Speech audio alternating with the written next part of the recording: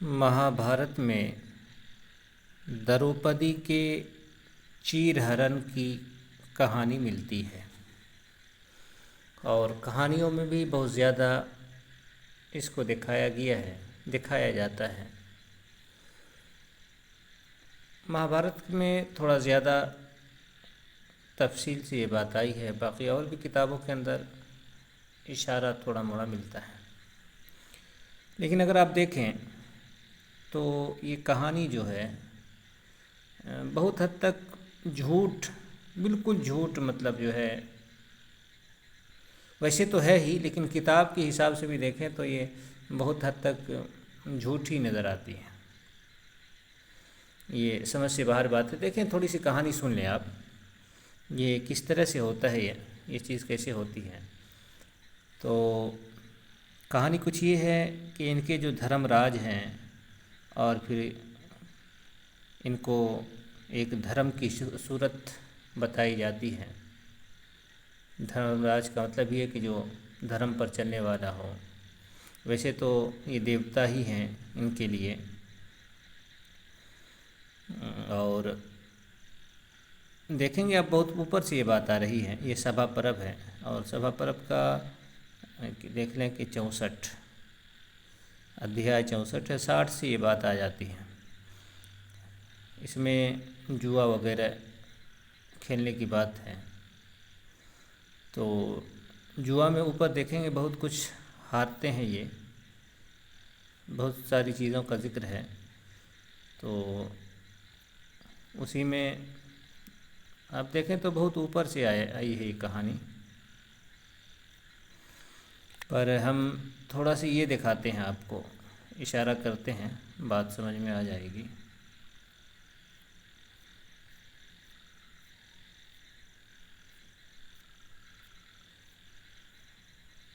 यहाँ देखिए लिखा है कि युधिष्ठिर ही को धर्मराज कहा जाता है। तो यहाँ लिखा है कि युधिष्ठिर का धन, राज्य, भाइयों तथा द्रौपदी सहित अपने को भी हारना। ऊपर से जब आप कहानी पढ़ेंगे तो जुआ में जैसे आप देखते हैं कि जहाँ जुआ खेला जाता है तो थोड़ा थोड़ा करके लोग हारते हैं। तो यहाँ भी जुआ इसी तरह से हुआ। पहले जो पैसा है, दौलत है, थोड़ा थोड़ा करके, उसके बाद फिर सामान पर, उसके बाद राज पर, सब कुछ हारने के बाद फिर अपने भाइयों को लगा दिए एक एक करके। उसके बाद फिर ख़ुद को हार गए, फिर अपनी पत्नी को हार गए।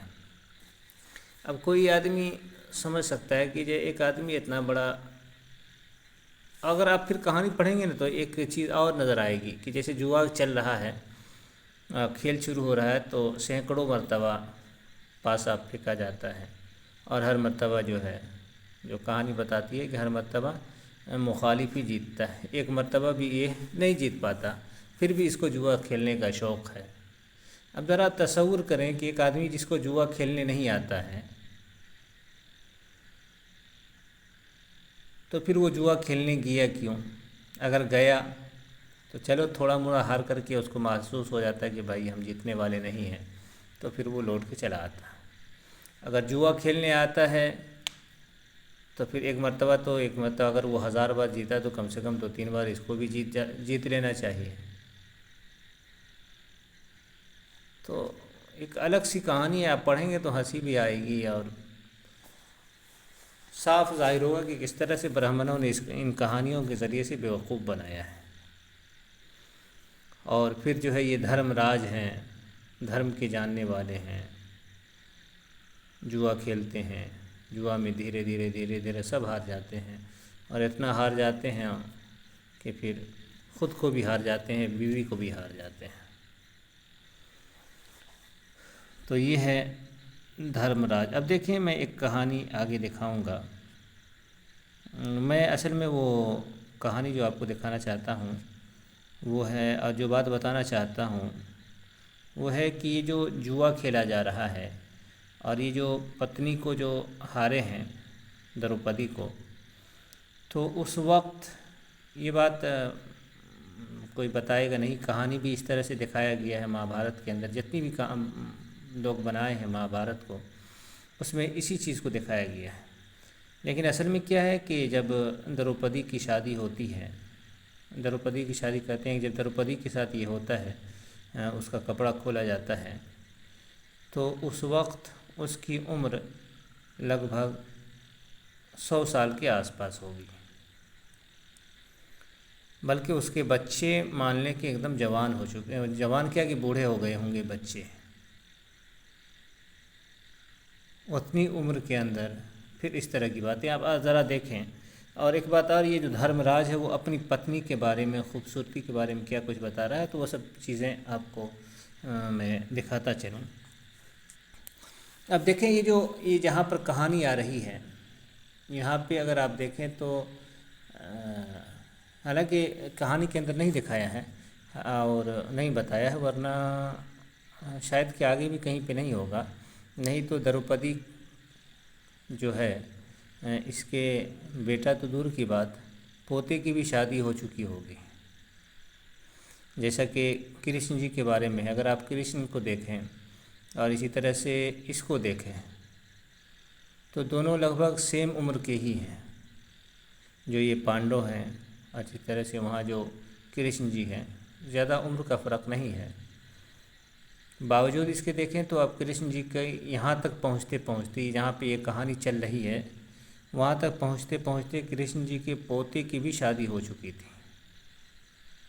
तो इस चीज़ को भी नज़र में रखना है कि उस वक्त वो द्रौपदी बूढ़ी हो चुकी थी बिल्कुल, लेकिन कहानी के अंदर जवान दिखाया जाता है।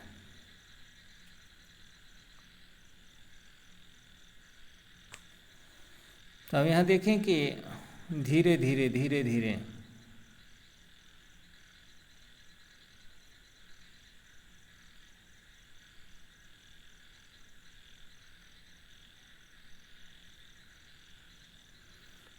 यहाँ देखें, ये कह रहा है कि मेरे पास इतना इतना धन है, तुम फिक्र ना करो, खेलते चलो।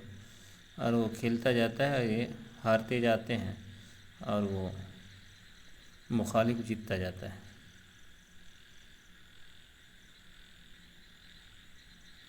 देखें बेचारी गौ माता को भी हार जाते हैं।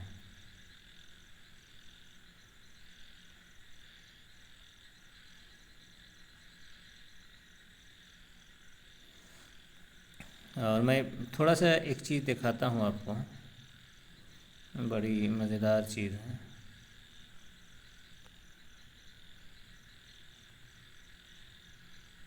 या तो भाई को हारते हैं, भाई को हारते हारते जब पत्नी को हारने की बात आती है, तो पत्नी के बारे में क्या बताते हैं वो आप ज़रा देखें।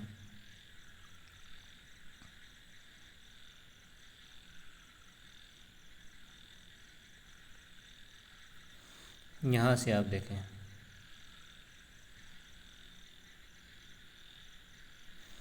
यहाँ शकुनी कहता है युधिष्ठिर से कि आपकी प्रियतमा द्रौपदी एक ऐसा दाव है जिसे आप अब तक नहीं हारे, अतः पांचाल राजकुमारी कृष्णा को आप दाव पर रखिए और उसके द्वारा फिर अपने को जीत लीजिए। आगे देखिए क्या है कि युधिष्ठिर ने कहा, अपनी पत्नी के बारे में बता रहे हैं कि जो न नाटी है, न लंबी, न कृष्ण वर्णा है, न अधिक रक्त वर्णा, तथा जिसके केश नीले घुंघराले हैं, उस द्रौपदी को दाव पर लगाकर मैं तुम्हारे साथ जुआ खेलता हूँ। युधिष्ठिर कह रहे हैं उसके बारे में, अपनी पत्नी की खूबी बता रहे हैं। कह रहे हैं कि उसके नेत्र शरद ऋतु के प्रफुल्ल कमल दल के समान सुंदर एवं विशाल हैं, उसके शरीर से शारदीय कमल के समान सुगंध फैलती रहती है। वो शरद ऋतु के कमलों का सेवन करती है तथा रूप में साक्षात लक्ष्मी के समान है। कोई अपनी पत्नी की तारीफ इस तरह से गैरों के सामने कर रहा है और वो धर्मराज है। ज़रा सोचें, पुरुष जैसी स्त्री प्राप्त करने की अभिलाषा रखता है, उसमें वैसा ही दया भाव, वैसी ही रूप संपत्ति है तथा वैसे ही शील स्वभाव है। वो समस्त, देखें आगे, वो समस्त सद्गुणों से संपन्न तथा मन के अनुकूल और प्रिय वचन बोलने वाली है। मनुष्य धर्म, काम और अर्थ की सिद्धि के लिए जैसी पत्नी की इच्छा रखता है, द्रौपदी वैसी ही है।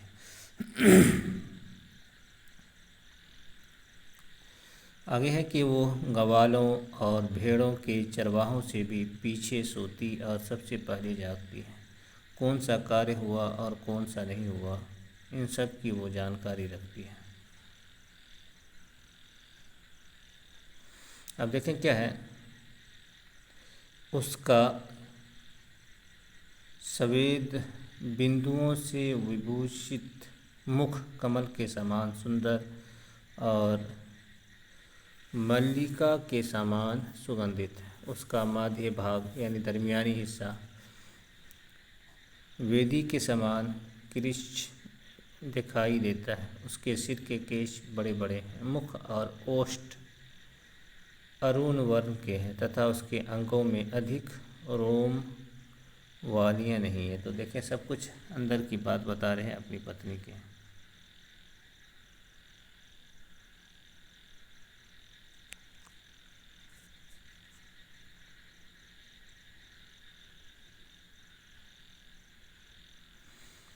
तो इस मतलब ख़ुद तो हारते हैं, सबको हारते हैं, फिर ऐसा होता है कि अपनी पत्नी को भी हार जाते हैं। यहाँ देखें, वो इस तरह से जुआ खेल रहे हैं।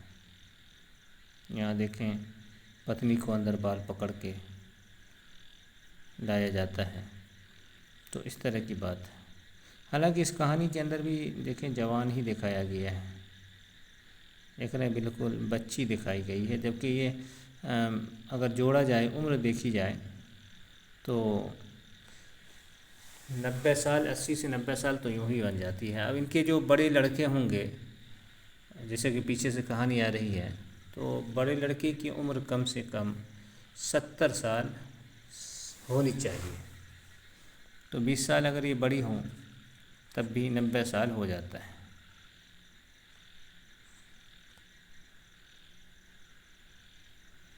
तो आगे जो है चीर हरण की कहानी, अब ज़रा देखें कि एक बूढ़ी औरत के लिए इस तरह की कहानी गढ़ी गई है, इस तरह से कहा गया है। और सारी महाभारत की लड़ाई जो है इसी लड़की के लिए, और इसी लड़की को उसका कारण बताया गया है।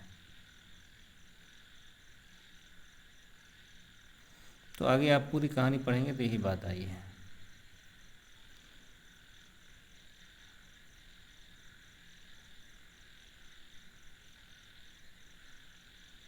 यहाँ देखिए, बड़ी अच्छी बात है।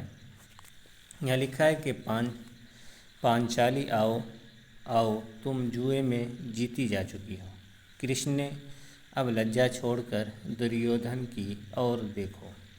कमल के समान विशाल नेत्रों वाली द्रौपदी, हमने धर्म के अनुसार, ये जो धर्म है हिंदू धर्म, उनके अनुसार तुम्हें प्राप्त किया है, अतः तुम कौरवों की सेवा करो, अभी राजसभा में चली चलो। तो इस तरह की बातें हैं।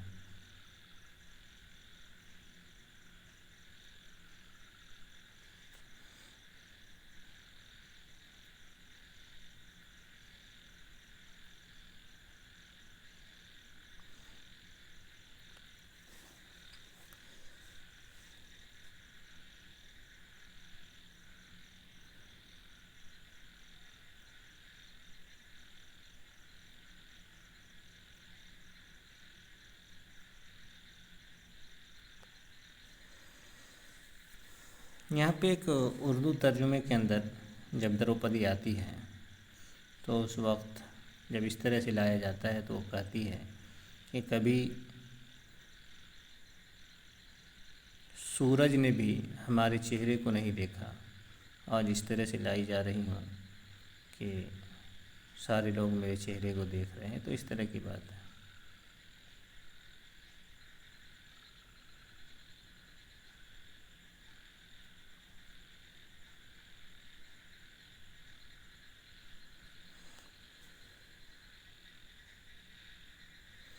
यहाँ कहा कि द्रौपदी तू रजस्वला एक वस्त्रा अथवा नंगी ही क्यों ना हो, हमने तुझे जुए में जीता था तो हमारी दासी हो चुकी है, इसलिए अब तुझे हमारी इच्छा के अनुसार दासियों में रहना पड़ेगा।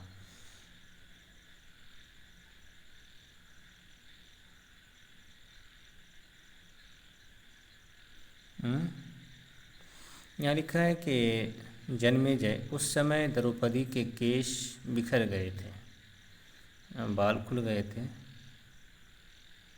और आगे है कि दुशासन के झकझोरने से उसका आधा वस्त्र भी खिसक कर गिर गया था, यानी पूरी नंगी हो गई थी। वो लाज से गड़ी जाती थी और भीतर ही भीतर क्रोध से दगद हो रही थी। उसी दशा में वो धीरे से इस प्रकार बोली। द्रौपदी ने कहा, अरे दुष्ट, ये सभा में शास्त्रों के विद्वान, कर्मठ और इंद्र के समान तेजस्वी, मेरे पिता की सभा समान सभी गुरुजन बैठे हुए हैं। मैं उनके सामने इस रूप में खड़ी होना नहीं चाहती। यानी उसी वक्त जब उसको पकड़ने के लिए जाता है तो ऐसा होता है।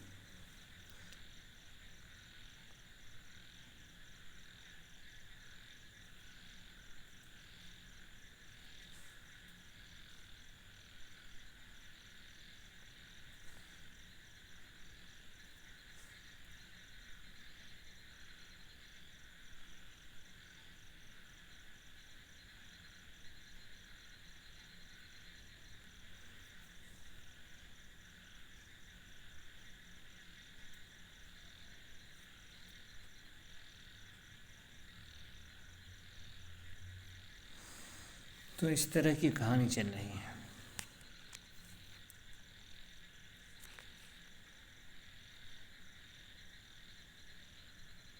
अब देखेंगे बुढ़ापा में ये रजस्वला भी हो रही है, तो ये भी कहानी बड़ा अजीब लगता है। तो सिवाय झूठ के यहाँ आपको कुछ नहीं मिलेगा।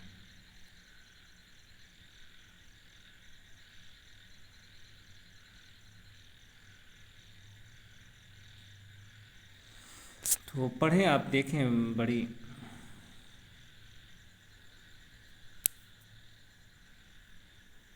मतलब हंसी लगेगी, बहुत हंसी आएगी इस किताब को पढ़ करके।